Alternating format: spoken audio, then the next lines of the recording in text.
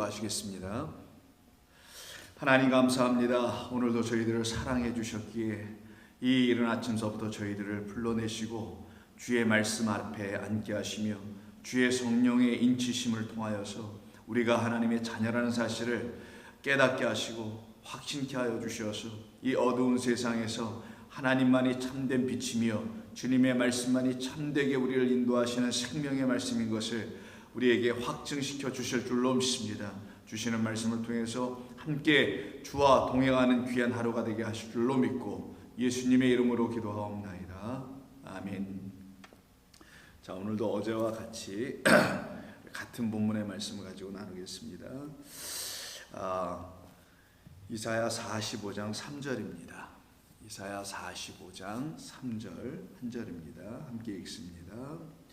내게 흑암 중에 보화와 은밀한 곳에 숨은 재물을 주어 내 이름을 부르는 자가 나 여호와 이스라엘의 하나님인 줄을 내가 알게 하리라. 아멘.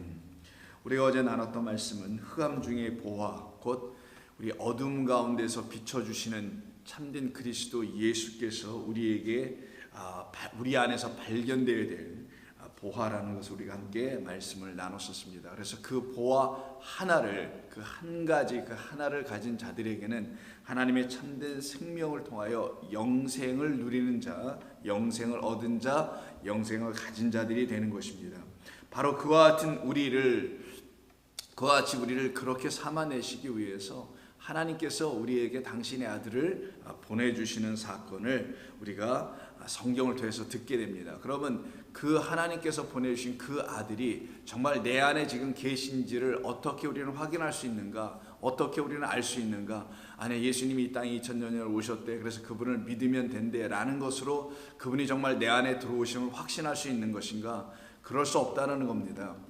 우리가 그리스도 예수, 참된 생명, 보화, 감추어진 그 아들을 우리가 알 수 있게 되는 유일한 길은, 첫 번째 시작은 내가 어떠한 존재인지를 그가 오셔서는 반드시 들춰내시더라는 거예요. 그래서 그를 만난 사람들, 그를 영접한 사람들은 전부 다 공히 같은 고백을 하게 되는데, 그것이 무엇인가? 나는 어두움이었었구나. 나는 흑암에 있는 자였었구나. 나는 빛을 알지 못하는 자였었구나 라는 것을 깨닫기 시작하다라는 거예요. 그래서 오늘 본문에서도 흑암 중에 보화라는 그런 말을 하게 되는 겁니다. 내 자신이 정말 그리스도 예수를 영접한 사실을 확신하고 있다면, 내가 정말 우리 주 예수 그리스도가 나를 구원하신 생명의 하나님이라는 사실을 알게 된 모든 사람들의 첫 번째 자인식, 자기가 누구인지를 알게 되는 그 시작점은 나는 죄인이구나 라는 그런 말인데, 그 죄인이라는 말을 성경은 뭐라고 하냐? 나는 흑암 가운데 있었던 자였구나. 하나님은 빛이신데 그 하나님이라는 빛을 알지 못하는 상태를 흑암에 있다고 하는 겁니다. 그러면 하나님을 알지 못하는 것이 죄인이 흑암에 앉아있는 게 곧 나의 시작점, 죄인의 자리였다라는 거예요. 그래서 모든 죄인의 자리는 흑암에 앉아있는 것을 말합니다. 흑암 상태에 있는 것을 말하고, 자신에게 빛이 없으니 자신이 어둠이라는 것을 알게 되는 것, 이게 바로 그리스도인이 되는 시작점입니다. 그래서 그리스도의 영이 아니면 그리스도의 사람이 아니라 말씀한 것처럼, 그리스도의 영, 진리의 성령, 생명의 말씀이 우리 안에 들어오게 되면 반드시 그 말씀을 통해서 우리 안에 어둠이 있는 것을 들춰내게 됩니다. 그것을 갖다 성경 뭐라냐? 이 땅이 어둠 가운데 있다고 설명합니다. 그 어두운 가운데 있는 이 땅에 하늘에서 빛이 비치게 되는 거예요. 그래서 빛은 반드시 하늘 위에 떠 있죠. 우리가 알다시피 우리가 빛을 인식하는 이 자연 만물 세계에서의 빛은 바로 태양이나 달이나 별과 같은 것으로 인식하게 됩니다. 그게 다 어디에 있습니까? 하늘이라는, 우리 사람들의 측면에서 만들어 표현하고 있는 하늘이라는 저 공간에 있지 않습니까? 바로 그 하늘과 땅을 이렇게 구분해 놓으시고 하나님께서는 빛은 하늘에만 있는 것이야. 그 하늘에 있는 빛이 너희 이 땅에 비춰줘야만이 그 빛을 받은 땅은 자기 자신이 흑암이라는 것을 먼저 알게 되고, 그때 그 빛을 영접하게 되는 일이 벌어진다고 성경은 말하는 겁니다. 그래서 이사야 8장을 한번 보시게 되면 이 흑암이라는 단어가 오늘 본문에 나오는데요. 오늘 본문 44장 3절에서도 내게 흑암 중에 보화와 라고 하는 그 고레스에게, 그리스도 예수에게 하나님께서 말씀하시는 것이죠. 너는 흑암 중에 보화야 라는 것입니다. 흑암 중에 보화라는 건 어둠에서 빛을 가르치는 존재라 라는 뜻을 암시하는 겁니다. 그래서 이 땅의 상태를 이사야 8장 22절에서 이렇게 말합니다. 마지막 절에서 땅을 굽어보아도 환난과 흑암과 고통의 흑암뿐이다 라고 말합니다. 이 땅의 상태를 이렇게 표현하죠. 이거는 여기서 처음 나온 말이 아니거든요.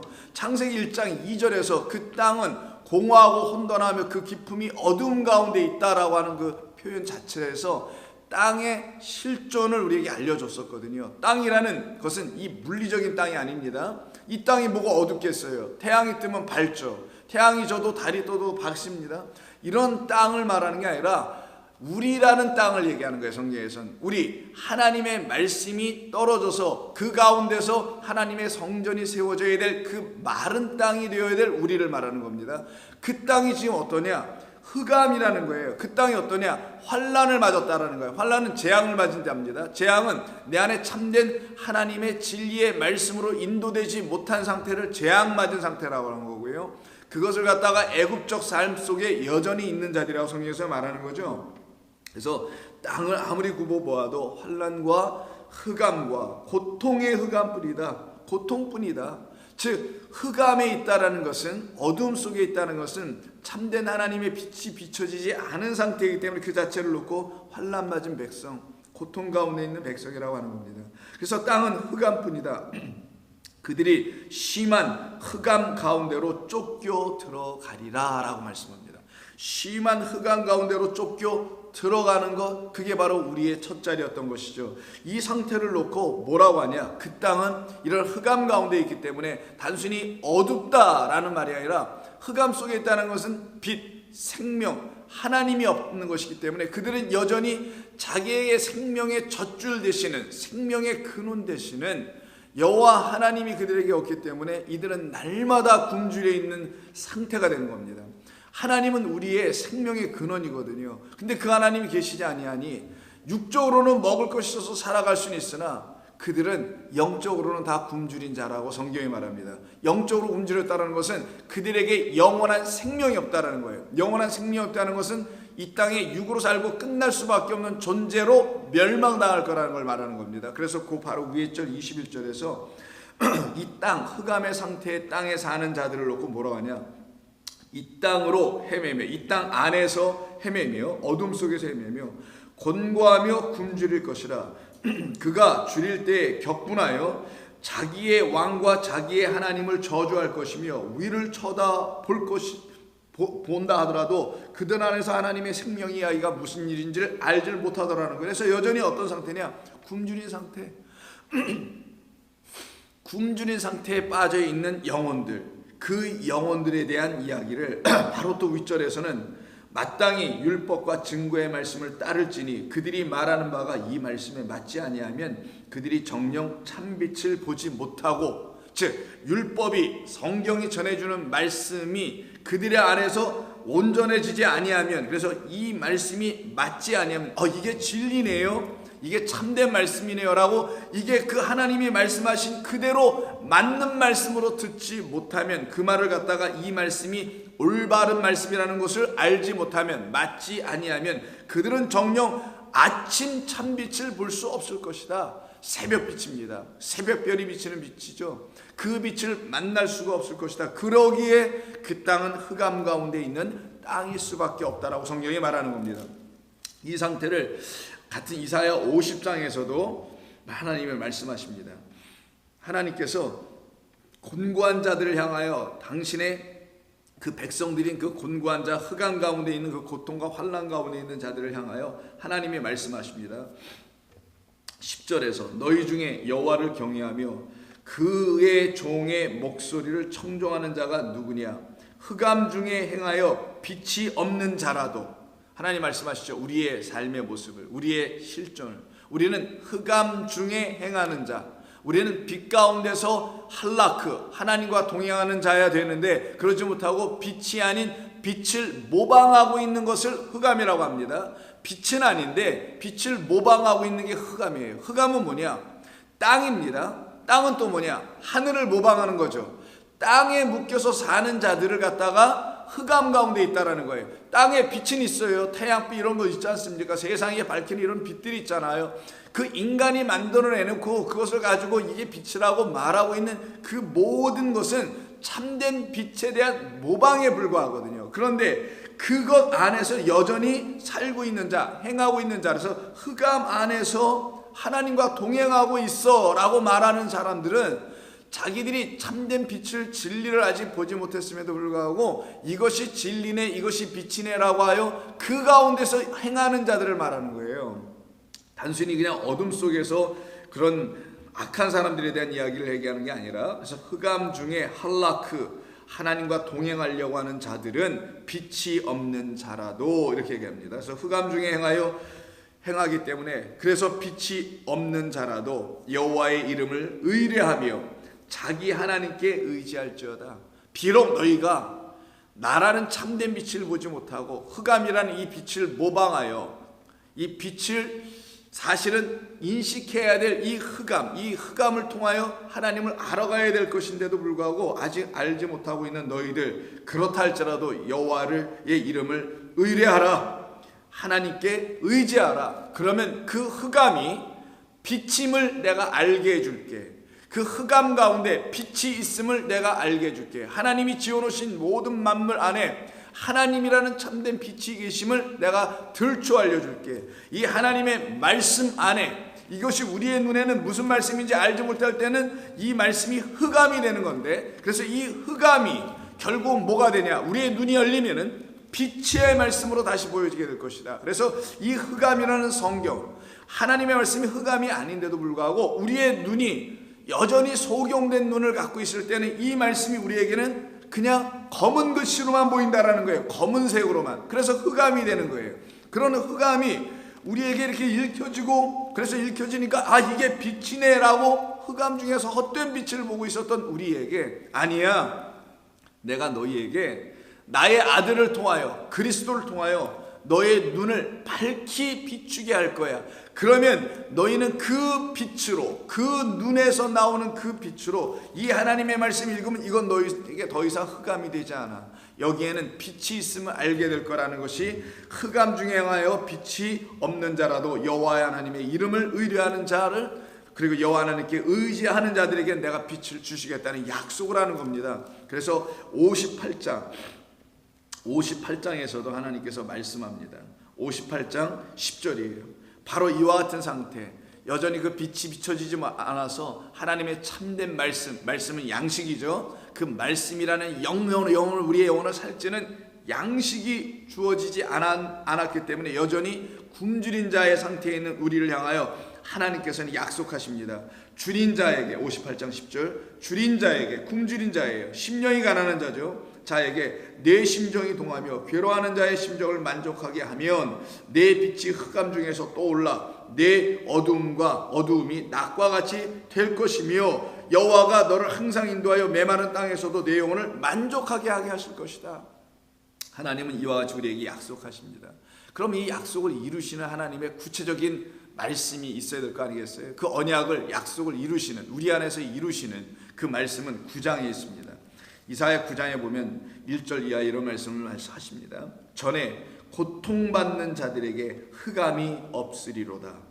옛적에는 여호와께서 스불론 땅과 납달리 땅이 멸시를 당하게 하셨더니 후에는 해변길과 요단 저쪽 이방의 갈릴리를 영화롭게 하셨느니라. 이때 1절에서 이전에, 우리의 예전에 옛사람의 상태였을 때는 고통받는 상태였다라는 거예요. 왜? 흑암이 그들을 지배했기 때문에. 왜? 그 흑암은 우리를 밝은 광명, 빛, 참된 자유와 해방의 말씀, 그리스도의 자유케 하는 진리의 말씀 안에 있지 못하였던 그 흑암 가운데 있었기 때문이라는 겁니다. 그러나 이제 하나님께서는 우리에게 빛을 주시기 원한다는 겁니다. 2절, 흑암에 행하던 백성이 이제 큰 빛을 보고 사망의 그늘진 땅에 거주하던 자에게 빛이 도다. 하나님의 행하심입니다. 바로 이 큰 빛, 흑암 중에 행하던 백성이 보게 되는 큰 빛을 바로 오늘 본문에서는 흑암 가운데 있는, 흑암 속에 있는, 흑암 중에 있는 보화다라고 말하죠. 그럼 그 보화가 빛이었네요. 그 보화, 땅에 감춘 보화가 비친 곳 그리스도 예수이시죠.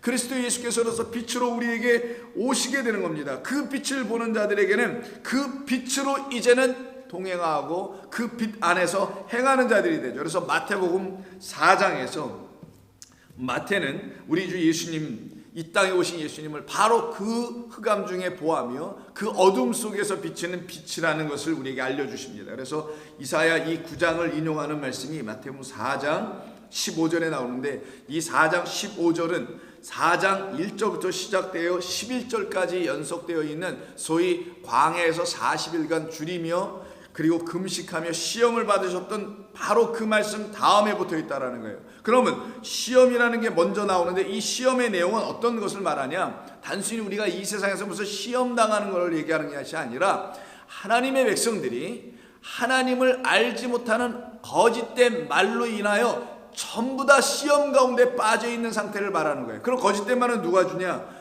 이 예수님을 시험했던 마귀며 사탄이라고 말하는 자입니다. 그래서 10절에 보면 4장 10절, 이에 예수께서 말씀하시되 사탄아 물러가라. 그럼 이 사탄은 어디서 물러가야 되냐?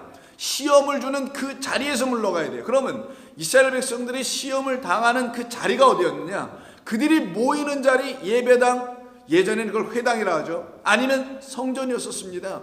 그 성전에서 사탄, 그 나시, 옛뱀이라고 하고 사탄이라고 하고 용이라고 하고 마귀라고 하는 그 자가 말을 하여 백성들을 혼미케 하고 미혹하게 하고 있는 상태를 갖다가 세 가지 시험을 줬다라는 말로 압축하여 말하는 겁니다. 그들, 이스라엘 백성들 모두는, 이 땅 모두는 이 세 가지 거짓된 말을 듣는다는 거예요. 첫 번째는 양식 아닌 거짓된 양식을 주면서 이게 양식이다, 그래서 돌을 떡으로 만들려고 하는 이야기한 거고, 성전 꼭대기로 올라가서 뛰어내려라, 그럼 하나님께서 너를 다시 일으켜 세우실 것이라는 하나님에 대한 오해들, 잘못된 이해들, 이런 것으로 거짓된 믿음과 헌신과 충성을 요구하는, 얼마든지 당신을 투신해 보시오, 당신을 헌신해 보시오, 성전 위에서 뛰어내려 보시오, 얼마든지 하나님의 당신을 지키실 겁니다, 이런 거짓된 말들, 이런 걸로 미혹하게 하더라는 거예요. 천하 만국을 다 보여줄 수 있는 높은 산, 그 높은 산에는 하나님의 말씀이 흘러내려오는 산이거든요. 그 헬몬산 높은 산에서 하나님의 이슬, 그 말씀이 흘러내려오면 아론의 수염을 턱을 떠라 흘러내려서 영생의 복을 우리에게 주시는 그런 것이 있어야 되는데, 이들은 그 산의 꼭대기에 올라가서는 보라, 이 만국을 내가 지었으니 이 모든 것을 너에게 주노라, 헛된 것을 취하게 만드는 것이죠.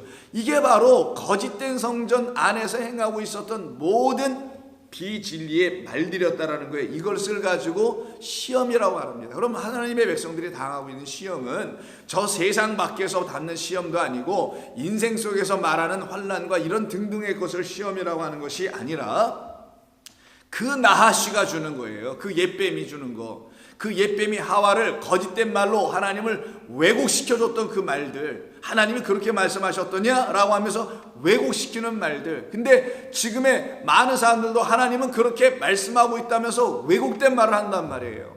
바로 그 자리에 있는 것을 흑암에 있는 내 백성이라고 하는 거예요. 그래서 이 시험의 이야기가 끝나자마자 곧바로 갈릴리로 오시는데, 어디로 가시냐? 13절, 나사렛을 떠나 스불론과 납달리 지경 해변에 있는 가버나움에 가시니 이는 선지자 이사야를 통하여 하신 말씀을 이루려 하심이라. 왜? 그 갈릴리 지역이 옛날 말로는 스불론과 납달리 지파가 살고 있는데, 거길로 가셨던 이유는 뭐냐? 바로 그 말씀을 이루시기 위해서 하셨다는 거예요. 어떤 말씀? 내가 바로 그 자로 온 거야, 그 흑암에 있는 너희들에게 빛을 비추러 온 사람이야 라는 걸 알려주려고요. 그래서 14절, 스불론 땅과 납달리 땅과 요단강 저편 해변길과 이방의 갈릴리요, 흑암에 앉은 백성이 큰 빛을 보았고 사망과 땅과 그늘에 앉은 자들에게 빛이 비치었도다 하였느니라. 이 빛이 비춰지자마자 이 빛이 하는 일이 뭐냐? 어두움에 빛이 비치면 그 빛이 하는 일이 뭐냐? 또 어두움은 그 빛을 어떻게 받아들여야 되느냐? 이렇게 받아들이게 된다는 거예요. 어떤 일을 하냐? 하나님의 나라가 가까이 왔다라는 겁니다. 천국이 가까이 왔다라는 거예요. 하나님의 통치하심이 우리 가운데 임하고 있다라는 것이 바로 빛의 하는 일이라는 거예요. 이걸 여호와의 열심이라고 합니다.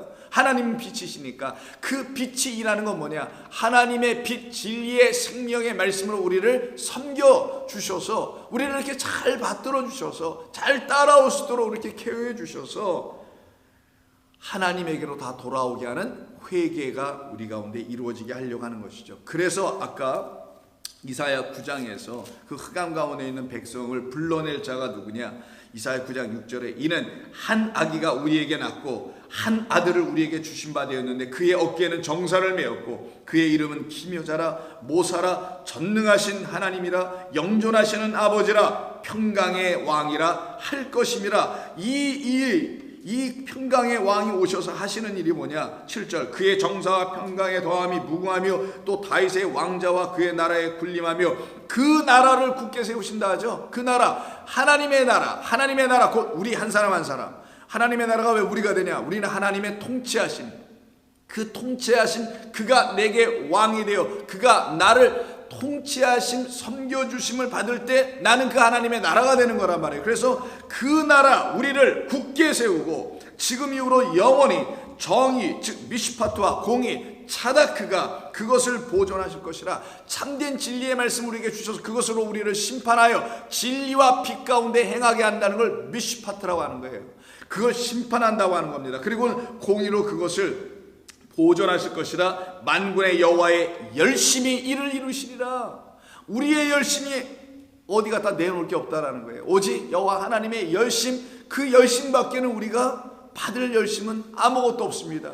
그 열심을 받고 하나님의 열심이 하나님의 수고와 하나님의 멍에가 이런 거였군요라고 내놓을 때 그들을 갖다가 내게로 돌아온 자들이다 회개하라라는 거예요. 회개가 된 자들이라는 것이죠. 천국이 가까이 왔느니라. 이것을 선포하시는 분이 빛으로 이 땅에 오신 그 정사를 메신 분, 바로 우리의 일을 우리에게 맡기지 않고 우리 일을 대신하여 당신이 감당하시러 오신 그 빛 대신 그리스도 예수님을 말합니다. 요한복음 1장에서 그래서 그 빛을 가지고 뭐라고 하냐? 우리들 안에 있어야 할 생명이라고 하는 거예요. 그래서 빛은 그냥 단순히 빛이 아니에요. 눈에 보이는 빛을 빛이라고 하는 게 아닙니다. 성경 내 안에 들어와 계신 생명의 말씀 그분 그리스도 예수를 빛이라고 하는 거예요. 그래서 요한복음 1장 4절에서 그 안에는 생명이 있었으니 그리스도 예수 그 하나님 엘로힘 안에는 생명이 있었으니 이 생명은 사람들에게서 비춰줘야 할 사람들 안에 있어야 될 사람들이 소유해야 할 빛이다. 그 말을 이 생명은 사람들의 빛이라. 하나님의 생명이라는 그 말씀이 우리 가운데 이렇게 빛으로 비춰줘야 한다는 것이에요. 그런데 빛이 어두움에 빛이 돼 어두움이 깨닫지 못하더라라는 거예요. 빛이 어둠에 비쳤는데 어둠이 깨닫지 못하더라. 우리라는 존재가 그 빛을 아직 인식을 못하더라는 거예요. 근데 원문은 이렇게 기록되어 있습니다. 어둠 안에서 빛이 비쳤다라는 거예요. 어둠 안에서 빛이 비쳤다. 근데 어둠이 깨닫지 못하더라. 근데 여기는 시제가 서로 다릅니다. 두 개의 문자로 되어 있는데 첫 번째 어둠 안에서 빛은 비치고 있다. 현재형이에요. 현재형이라는 건 영원성을 말하는 거예요. 영원히 창세 이전서부터 계속 비치고 있다. 지금도 비치고 예전도 비치고 계속 비치고 있다라는 그래서 현재형을 씁니다. 어둠 안에서 이 땅이 어둠이죠. 이 땅에다가 우리 안에다 계속 빛을 비추고 있었다라는 거예요. 현재로. 그런데 그 어둠이 깨닫지 못하더라. 무엇을? 그 빛을 어두움이 깨닫지 못하였다. 과거로 씁니다. 그 우리의 모습은 뭐냐? 우리의 옛사람을 말하는 거예요. 과거로 썼다는 거예요. 우리의 옛사람은 항상 그 빛을 깨닫지 못한 자 되었다. 그러나 우리가 그리스도 안에서 새 사람, 새로운 사람이 되면 그거는 현재가 되니까 이제는 빛이 비칠 거라는 걸 암시하고 있는 표현입니다. 그래서 그 빛이 어두움 속에서 비쳤음에도 그 어두움은 깨닫지 못하더라는 거예요. 왜 그러냐면 이 빛은 참빛인데도 불구하고 이 빛을 알 사람이 없어요. 그래서 참빛 곧 세상에 와서 각 사람에게 비치는 빛이 있었는데도 그 빛을 알지를 못하나요? 그럼 어떻게 해야 되냐? 이 빛을 알게 해주셔야 된단 말이에요. 이 어둠이라는 우리들 안에서 빛이 비춰주고 계시는 건데도 이 어둠이 그 빛을 알지 못하죠. 그래서 아까 제가 말씀드렸죠. 어둠과 빛의 관계. 자, 어둠은 뭐고 빛은 뭐냐? 빛은 어둠이 무엇인지를 알게 해주기 위해서 존재하고 있는 거예요. 그러면 어둠은 뭐냐? 이 빛을 모방하고 있는 어떤 상태입니다. 그래서 진짜 빛이 오면 이 어둠은 당신이 곧 나네요 라고 인식하도록 되어 있는 게 어둠이에요. 그래서 빛이라는 게 오기 전까지는 어둠은 여전히 어둠으로 남게 되나 이 빛이 어둠에 제대로 비춰줘서 그 빛이 오게 되면 어둠 속에 이 어둠은 드디어 내가 어둠이 아니라 빛이었었구나. 왜? 하나님이 창세 이전서부터 영원토록 날마다 현재로 계속 비추고 있었던 건 빛이었기 때문이라는 거예요. 그래서 이 땅은 본래가 빛을 갖고 있어야 되는데도 불구하고 자기들의 마음으로 빛을 오해하고 함으로 말미암아 어두운 상태에 있었을 뿐이었던 겁니다. 그런데 참빛이 그리스도 생명의 말씀 하나님으로 오신 그분이 내게 와서 이게 진짜 빛이야 라고 알려주니 점점 이 빛이 어둠을 먹어가 버리네요. 그래서 이 어둠이 그래서 내가 본래 빛이었었구나. 근데 이 빛을 나라는 빛을 설명해주고 깨닫게 해주는 그 그리스도가 내게 계시지 않고 오시지 않았기 때문에 그가 오시기 전까지는 난 어둠으로 흑암 가운데 앉아있을 수밖에 없는 자였었구나. 그러나 이제는 내가 아네. 내가 하나님의 빛을 가진 자였구나. 하나님의 형상과 모양이라는 그 진리로 내가 지어진 자였구나. 그러니 나는 빛이 있는 거구나. 내가 빛이구나 라는 걸 깨달아가는 게 어두움의 자리라는 겁니다. 바로 이 상태를 말하는 거예요. 그러니 어두움은 처음부터 빛을 인식할 방법이 없어요. 그냥 어두움 상태에 있어요. 그래서 이 빛이 자기를 뭘로 바꿔오냐? 이 땅으로 올 때는 빛으로 오면은 이걸 인식을 못해 어둠이. 그래서 이 빛, 말씀이라는 빛이 이 어두움인 땅이니까 육의 모습으로 바뀌어서 오는 겁니다. 그래서 말씀이 육신이 되어 온다고 표현하는 거예요. 성경에서는 말씀은 빛이라는 하나님의 말씀이 하나님이 말씀으로 계시고 빛으로 계신 건데 그 분이 우리 가운데 당신을 말씀과 빛으로 계시해 주기 위해서 오시려고 아무리 오셔도 이 어둠인 우리가 육인 우리가 땅인 우리가 인식을 못해요. 그래서 어떻게 하시냐 14절에 말씀이 육신이 되어 우리 가운데 오신다라는 거예요. 그리고 우리 가운데 거하신다는 이 말이 바로 빛이 어둠이 되어 오는 겁니다. 빛인데 당신을 어둠으로 가려버려요.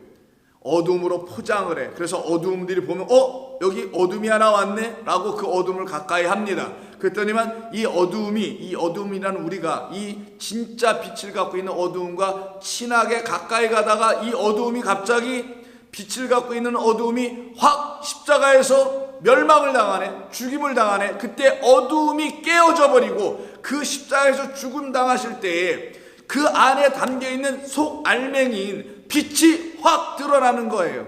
이걸 이루시기 위해서 우리 가운데 우리를 그렇게 빛으로 우리를 잡아 당신의 것으로 취하시기 위해서 십자가에서 죽으시는 이 모든 하나님의 언약의 약속을 성취해 나가시는 여호와의 열심으로 말미암아 그때 돼서야 어두움의 빛을 정말 만나게 된 겁니다. 이 일을 위해서 말씀이 육신이 되어 오셨다라는 거예요. 빛이 어둠이 되어 오셨다라는 겁니다. 그래야만 이 어둠이 비로소 어둠을 인식할 수 있는 거니까. 어둠은 어둠밖에 인식 못합니다.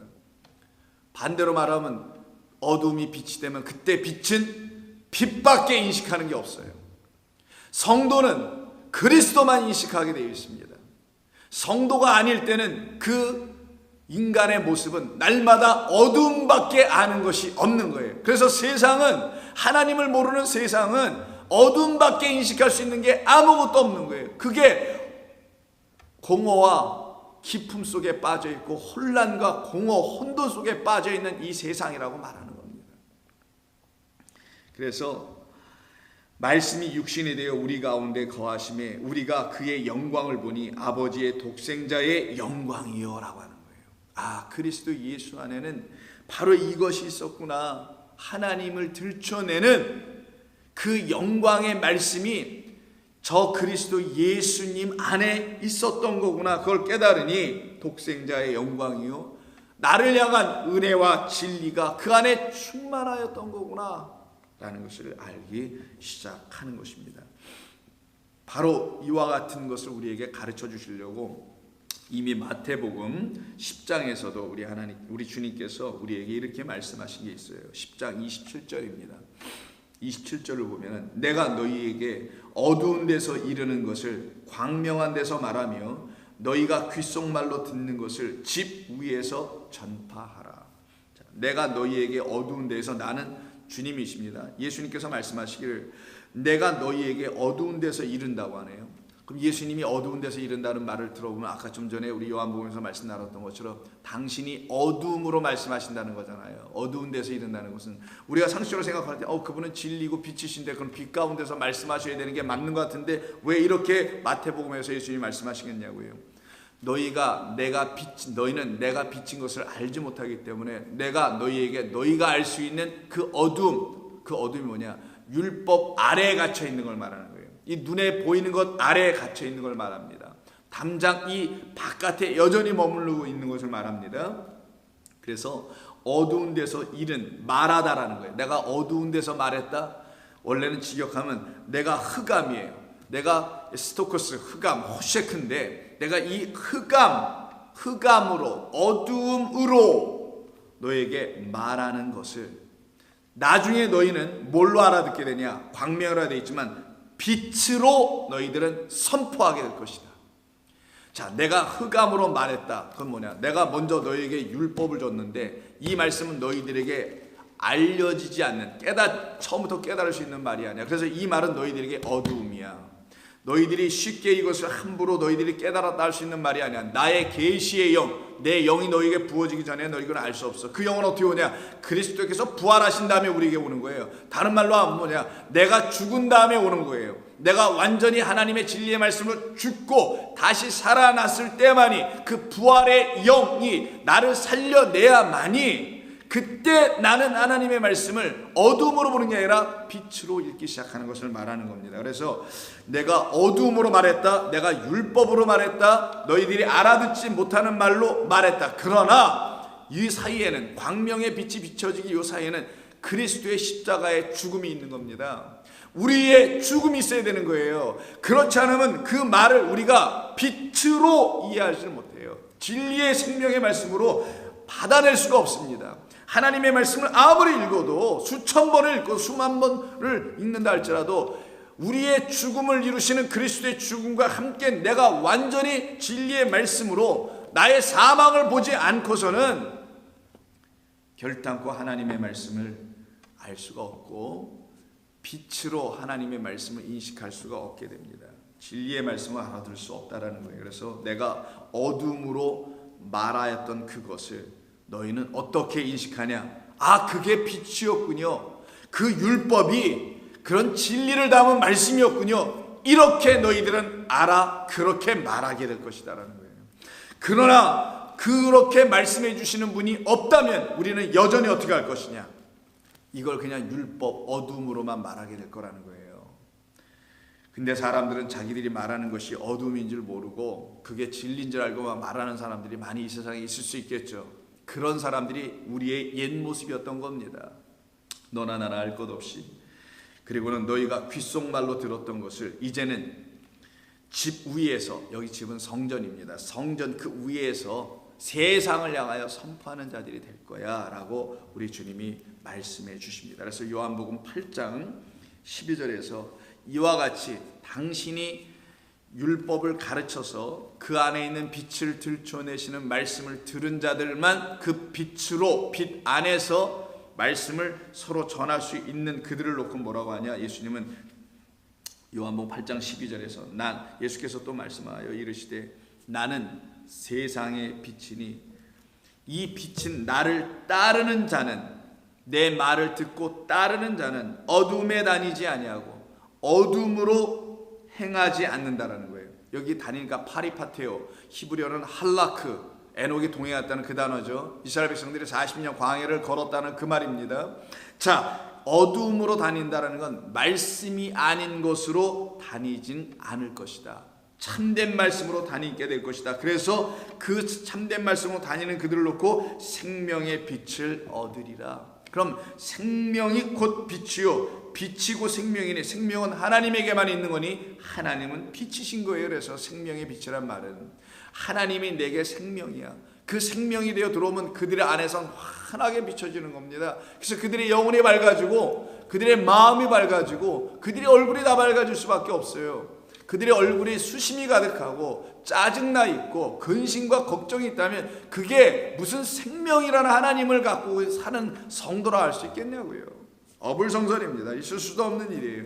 같은 요한복음 12장 34절 35절 이하를 보면은 예수께서 이르시되 아직 잠시 동안 빛이 너희 중에 있으니 빛이 있을 동안에 다니어 어둠에 붙잡히지 않게 하라. 어둠에 다니는 자는 그 가는 곳을 그는 알지 못하니라. 자기는 열심히 그 어둠 속에서 다님에도 불구하고 자기들이 알고 있다는 어떤 지식과 수준에서 열심히 뭔가를 하고 있는데 하나님 보실 때 그건 어둠이야. 근데 그들은 열심히 어둠을 향하여 막 가고 있다라는 거예요. 그러나 여전히 어둠 속에서 가고 있기 때문에 자기가 가는 길을 알지 못하느니라. 그러나 너희에게 아직 빛이 있을 동안에 하나님의 은혜가 있을 동안에 그리스도 예수가 너희에게 여전히 말씀하고 계실 동안에 빛을 믿으라. 빛을 어떻게 믿어요? 빛 안에서 믿는 건데 빛을 믿어라. 빛을 믿는다는 건 빛은 하나님의 말씀이에요. 그 말씀을 믿으라. 그리하면 빛의 아들들이 되리라. 생명의 말씀의 아들들이 되리라 라고 약속하여 우리에게 주십니다. 이렇게 하나님의 말씀이 된 자들을 요한일서 1장 이하에서 1절서부터 이렇게 말합니다. 요한일서 1장이죠. 태초에 있는 생명의 말씀, 이걸 빛이라고 하는 거예요. 태초에 빛이 있었으니까 말씀에 관하여는 우리가 들은 바요 눈으로 본 바요 자세히 보고 우리의 손으로 만진 바라. 이 생명이 나타나신 바 된지라. 이 영원한 생명을 우리가 보았고 증언하여 너희에게 전하노니 이는 아버지와 함께 계시다가 우리에게 나타나신 바 된 이신이라. 그가 바로 우리 주 예수 그리스도죠. 그래서 우리가 보고 들은 바를 너희에게도 전함은 너희로 우리와 사귐이 있게 하려 함이니 우리의 사귐은 아버지와 그 아들 예수 그리스도와 더불어 누림이라. 교제하는 걸 말해요. 그래서 5절에서 이렇게 말씀합니다. 우리가 그에게서 이제 듣기 시작한다. 듣고 너희에게 전하는 소식은 이것이니 곧 하나님은 빛이시라. 그에게는 어두움이 조금도 없으시다. 하나님이 우리에게 참으로 빛이 되어 들어오시면 우리 안에도 어두움은 조금도 없게 된다는 말입니다. 만일 우리가 하나님과 사귐이 있다 하고 어두움에 행하면 어두움에 이렇게 걸어다녀. 그러면 거짓말을 하고 진리를 행하지 아니합니다.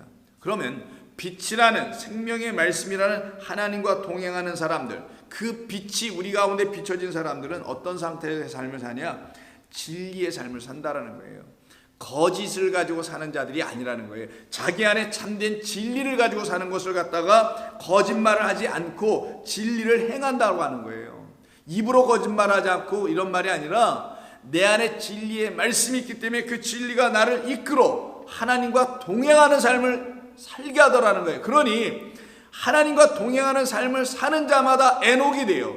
땅에 속한 자가 아니고 승천하는 자 되니 진리가 내게 있지 아니하면 우리는 그 빛 가운데 걸어다니는 자, 행하는 자가 되지도 못할 뿐만 아니라 여전히 우리는 거짓된 것을 안으로 갖고 그 거짓된 것만 가지고 말하는 자들이 될 수밖에 없다라는 걸 말하는 겁니다. 7절 그가 빛 가운데 계신 것 같이 우리도 빛 가운데 행하면 우리가 서로 사귐이 있고 그 아들 예수의 피가 우리를 모든 죄에서 깨끗하게 하실 것이다.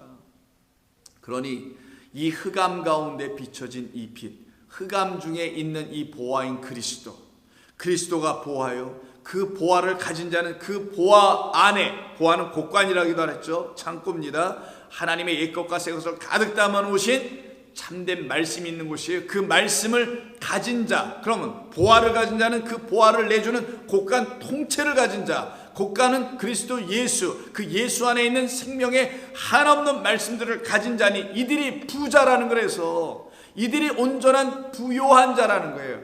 그들은 가난한 것 같으나 부요하다라는 말이라는 거예요. 고린도 후서에 보시면은 고린도 후서 6장인가 보시면 이런 말씀이 나옵니다.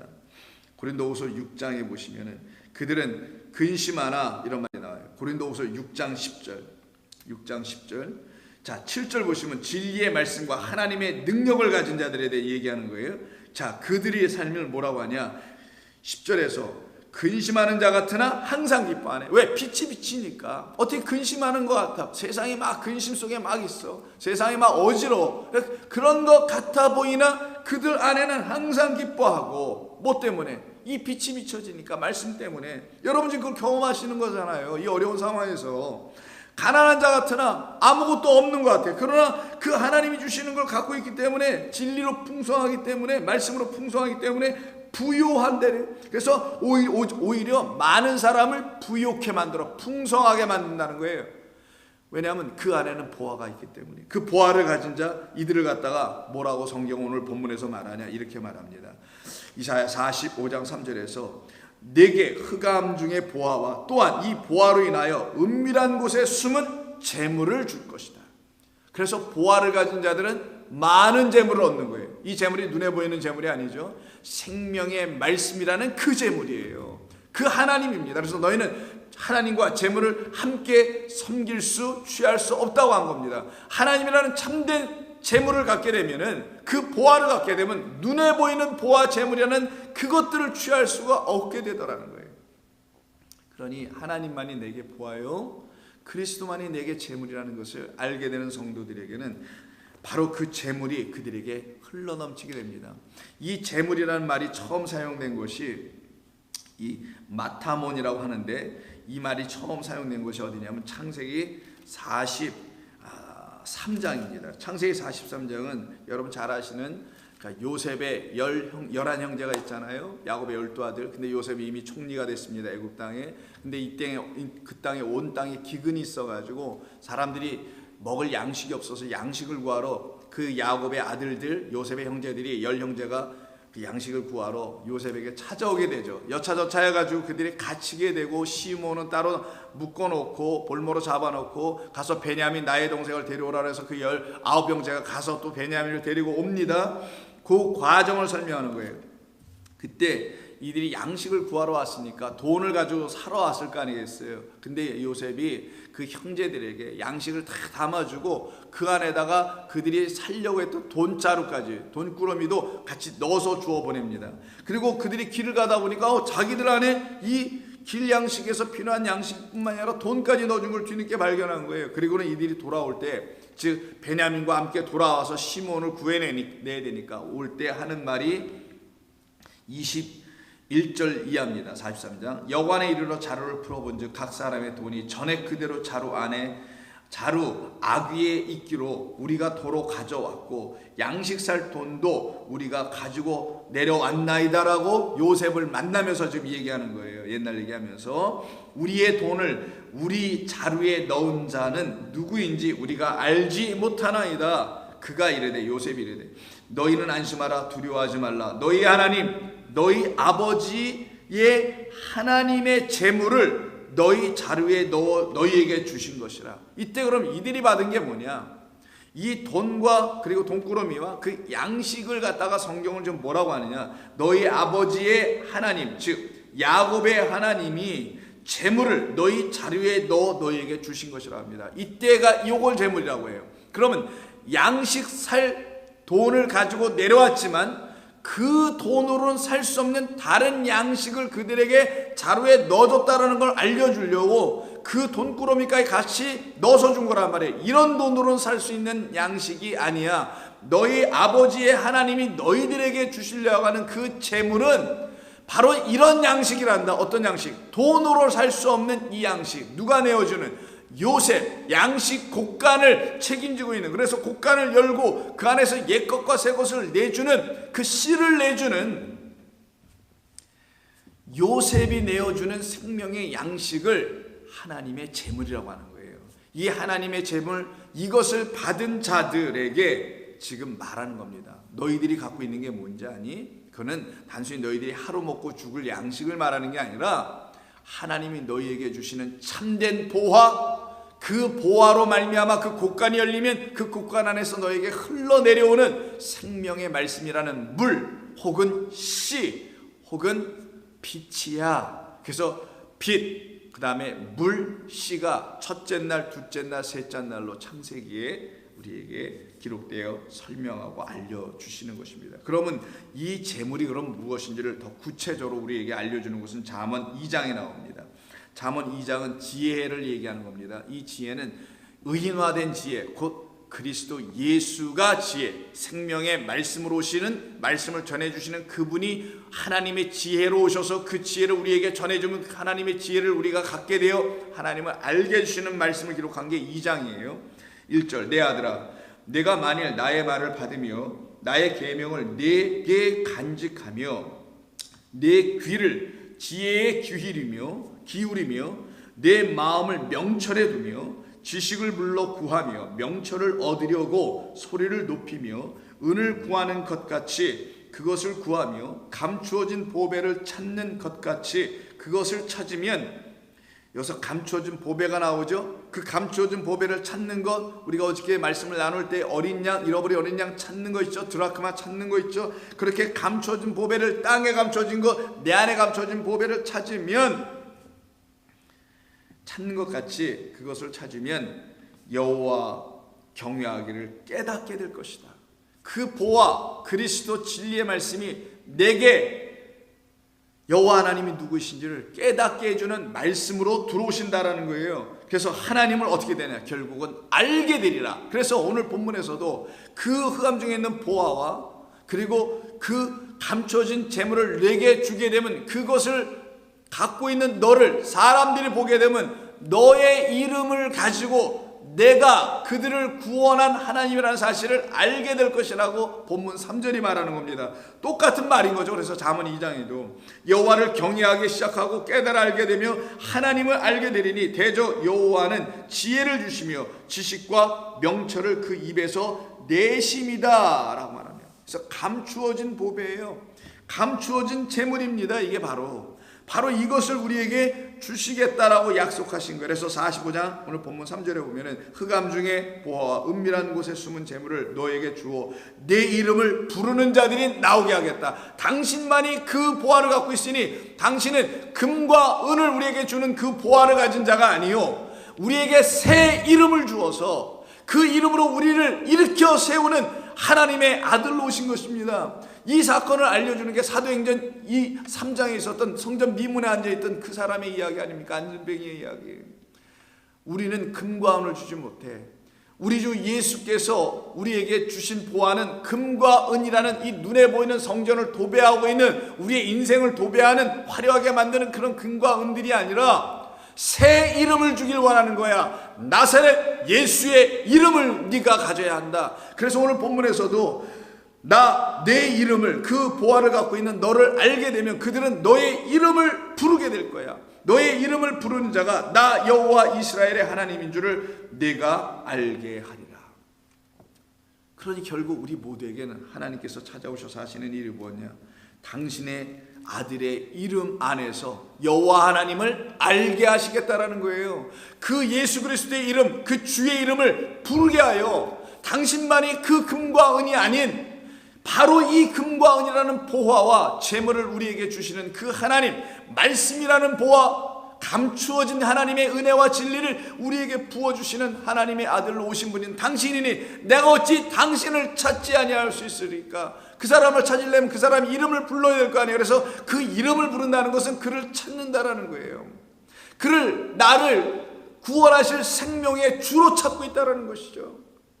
여러분들이 지금 그렇게 살고 있는 것입니까? 바로 이 어두운 가운데 있는 이 세상 속에서 여러분들 그렇게 주님을 찾고 계시냐고요. 하나님의 말씀이 없다는 것을 가르쳐주기 위해서 전염병이라는 대배를 보내시는 이 상황 속에서 여러분들은 그분을 찾고 계시냐고요. 그분이 여러분 안에서 발견되냐고요. 발견된 자는 뭐라고 합니까? 하나님께로 돌아온 회개한 자라고 말한단 말이에요. 그들에게 뭐라고요? 회개하라. 그러면 천국이 가까이 오리라. 하나님의 통치하심을 받는 자들이 가장 복된 겁니다. 이 세상에서 하나님 이 모든 것을 존재케 하신 그분의 인도하심을 받는 것이 가장 복된 겁니다. 하나님의 인도하심은 말씀 안에서 우리를 가르치시는 건데 그 가르침을 통하여 하나님을 경외하는 마음으로 깨닫게 하게 하시는 하나님의 능력의 손길을 붙잡힌 바 된 사람들이 가장 복된 겁니다. 여러분 믿으십니까? 이게 정말 복되다는 것을 알고 계십니까? 그 하나님 안에서 그리스도를 만나는 자들은 모두 공의, 거짓이 떠나더라는 거예요. 어둠이 떠나라는 거예요. 마귀가 떠나고 천사가 다시 찾아와 예수님을 시험 끝날에 수종하여 드리듯이 천사 말라크가 와서 우리를 어떻게 한다고요? 말씀으로 수종 섬겨주듯이 우리 가운데 진리의 말이 들어와서 우리의 입으로 성전 지붕 꼭대기에서 선포하는 자들이 되더라는 거예요. 바로 그렇게 우리를 인도하시기 위해서 하나님은 우리에게 당신의 영을 부어주시는 겁니다. 그 영을 부어주시면 그 영은 말씀이요 생명이요 진리니 그리스도의 영이 없으면 진리가 되질 않아요. 그러니 그 영을 내 남정과 여종에게 다 부어준다죠. 왜 부어줍니까? 이유는 딱 하나예요. 그 부어주는 이유를 요엘서를 인용하여 성령이 성도들 교회에게 임하셨을 때인 사도행전 2장에서 요엘서를 그대로 인용하여 이렇게 말합니다. 사도행전 2장 18절 그때 내가 내 영을 내 남종과 여종들에게 부어주리니 그들이 예언할 것이요 또 내가 위로 하늘에서는 기사를 아래로 땅에서는 징조를 베풀리니 곧 그 피와 불과 연기로다. 이 모든 것은 표적이라는 거예요. 징조가 오트니까 표적. 이 땅은 하나님의 참된 진리를 들춰내기 위해서 존재하는 표적들에 불과하다. 이 표적을 보지 말고 표적 안에 담긴 하나님의 일하심을 보라는 거예요. 자, 주의 크고 영원하신 날이 이르기 전에 해가 변하여 어두워지고 달이 변하여 피가 되리라. 거짓된 것이 다 떠나간다는 거예요. 참된 빛이 오게 될 거라는 거예요. 진짜 해가 진짜 달이. 그래서 진짜 해가 진짜 말씀이신 해인 하나님께서 빛을 그 아들에게 비춰주면 그 아들은 빛을 받습니다. 이걸 갖다 작은 광명체, 큰 광명체, 작은 광명체라고 하는 거예요. 이 작은 광명체인 그리스도 당신의 아들, 하나님의 아들이 빛을 받아 이 땅에 비치는 걸 달이 땅, 이 지구에다 비치는 것으로 하나님은 미리 다 창조해 놓으셔서 우리에게 설명해 주는 겁니다. 그러면 그 그리스도께서 우리에게 빛이 되어 이 땅에 오시게 되면 그는 또 뭐가 되냐? 우리에게는 큰 광명체 빛을 광해 줄 수 있는 빛을 우리에게 비춰주는 발광체가 되는 거고 큰 마으로 큰 광명체가 되는 거고 그리고 빛을 받은 자들은 또 누가 되냐? 우리 작은 광명체인 우리 이걸 달로 설명하죠. 빛을 받아낸 자. 그래서 받고서는 누구에게 이렇게 비춰줘야 돼. 그래서 귓속말로 해준 것을 이제는 그 지붕 꼭대기에 올라서 선포한다. 이게 바로 빛을 이 땅에 비춰주는 우리를 말합니다. 그래서 아버지와 아들이 우리가 하나인 것처럼 그들도 우리와 하나가 되게 하소서. 그래서 내가 그들에게 지금 보내짐을 받고 그들에게 가고 있사오니 내가 그들에게 빛이 되어 가고 있으니 큰 광명체 빛을 주는 자가 됐으니 그들이 나라는 빛을 받아 그들도 우리와 똑같이 하게 해주옵소서. 뭐로? 그들도 이제는 빛을 갖고 빛을 전하는 자가 되게 해주옵소서. 이게 큰 광명체, 작은 광명체로 설명한 것이죠. 바로 그것이 우리 가운데 임하는 것을 갖다가 해가 변하여 어두워지고 달이 변하여 피가 된다는 이런 묵시적인 표현을 쓰는 겁니다. 우리가 알고 있는 첫째 하늘이 다 떠나가고 율법의 하늘들이 다 떠나가고 눈에 보이는 것이 다 떠나가고 보이지 않는 것이 영원함이로다는 것이 우리에게 찾아오고 있음을 말하는 거예요. 어떻게? 당신이 영을 남종과 여종에게 다 부어줬을 때 진리가 우리 가운데 부어지고 성령이 오셨을 때 그때 어떤 일이 벌어지냐. 21절 누구든지 주의 이름을 부르게 되더라는 거예요. 그때 바로 너의 이름을 찾아 너의 이름 안에 담겨있는 나를 그들이 발견할 것이다. 영원한 나 생명의 나를 그들이 보게 될 것이다. 그것이 바로 구원이다. 그게 바로 영생이다. 그래서 주의 이름을 부르는 자는 구원을 얻는다는 말이지 예수의 이름을 막 부른다고 해서 구원을 받는다는 게 아니라 그 예수 그리스도의 이름이 바로 우리에게 참된 진리 금과 은이 아닌 그 어둠 속에 비치는 보화로우신 분이라는 사실을 깨달아 알게 된 사람들에게 그들은 그를 찾을 거라는 거예요. 그에게 가서 뭐를 구하나? 베드로와 요한에게 금과 은을 달라 했던 그 사람에게 내가 너에게 주는 것은 그리스도 예수의 이름이라는 진리를 주었던 것처럼 그들은 진리를 보게 될 거라는 겁니다. 생명을 만나게 되는 거예요. 그걸 구원이라고 하는 거예요. 그래서 로마서 10장에서도 8절 이하 이런 말씀합니다. 그러면 우리가 무엇을 말하느냐? 말씀이 내게 가까워 내 입에 있으며 내 마음에 있다 하였으니 곧 우리가 전파하는 믿음의 말씀 레마는 성령이 주는 말씀. 레마 믿음으로 들려져야 할 성령이 주는 말씀이다. 그러면 성령이 주는 말씀은 내게 믿음이라는 거예요. 그 자체가 성령이 주는 말씀으로 듣지 못하면 그 입에서 나오는 말씀으로 그 검으로 죽고 다시 살아나는 일이 있지 않으면 우리는 믿음이라는 걸 가질 수 없다는 겁니다. 내가 만일 내 입으로 예수를 주로 시인하며 또 하나님께서 그를 죽은 자 가운데 살리신 것을 내 마음에 믿으면 구원을 받으리라. 사람이 마음으로 믿어 의에 이르고 입으로 시인하여 구원에 이르느니라. 성경이 이르되 누구든지 그를 믿는 자는 부끄러움을 당하지 아니하리라. 유대인이나 헬라인이나 차별이 없음이라. 한 분이신 주께서 모든 사람의 주가 되사 그를 부르는 모든 사람에게 부요하게 하시도다. 부요, 아까 그 보화로 무엇으로? 양식이라는 참된 하늘의 양식, 그 재물, 그 자루 안에 있었던 그 재물로 부요하게 하시는 하나님만이 우리 가운데 들어오신다. 누구든지 주의 이름을 부른 자는 구원을 받으리로다.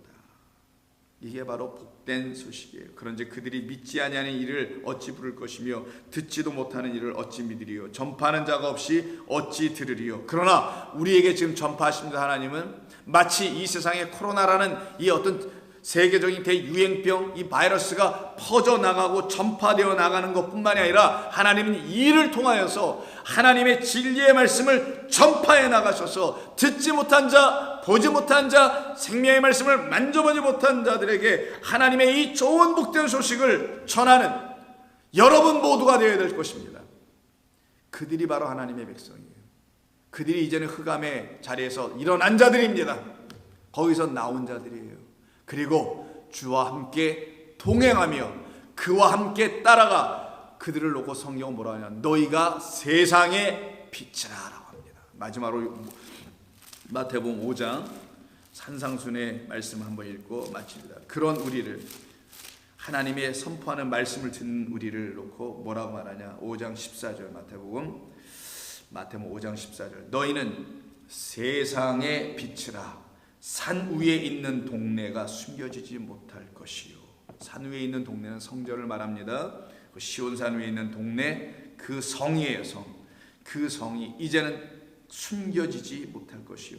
사람이 등불을 켜서 말 아래 두지 아니하고 등경 위에 두는 것처럼 이러므로 집 안 모든 사람에게 빛이 비칠 것이니라. 집안, 성전, 예배당, 회당, 하나님을 알려고 모여있던 그 모든 것, 그 안에 참된 빛으로 우리를 보내셔서 여러분 한 분 한 분이 빛으로 세상을 비춰내는, 그래서 우리 주님이 비춰주신 빛으로 빛을 받아 바로 이 어두움에 있는 세상, 그래서 어두움을 항상 비치는 빛은 달입니다. 어둠 속에 떠 있는 건 달. 그래서 우리가 바로 작은 광명체들로 어둠이라는 이 흑암이라는 이 세상을 비추는 자들로 하나님은 우리를 사용하고 계신 겁니다. 이 어려운 때에 여러분들 한 분 한 분들이 그와 같이 하나님의 빛들로, 빛의 자녀들로 다시 거듭나고 세워지는 역사가 있기를 주의 이름으로 부탁합니다. 기도하겠습니다. 하나님 고맙습니다. 오늘 이 아침에도 주님이 주신 말씀을 통하여 우리의 영혼이 흡족합니다. 우리가 한때는 다 어두움의 자리에서 신음하고 곤란과 환난 속에 있었습니다. 우리가 한때는 다 우리가 알았다고 하는 하나님의 말씀이라는 율법 아래 놓여 있었던 그 어둠의 자리에 있었음을 고백합니다.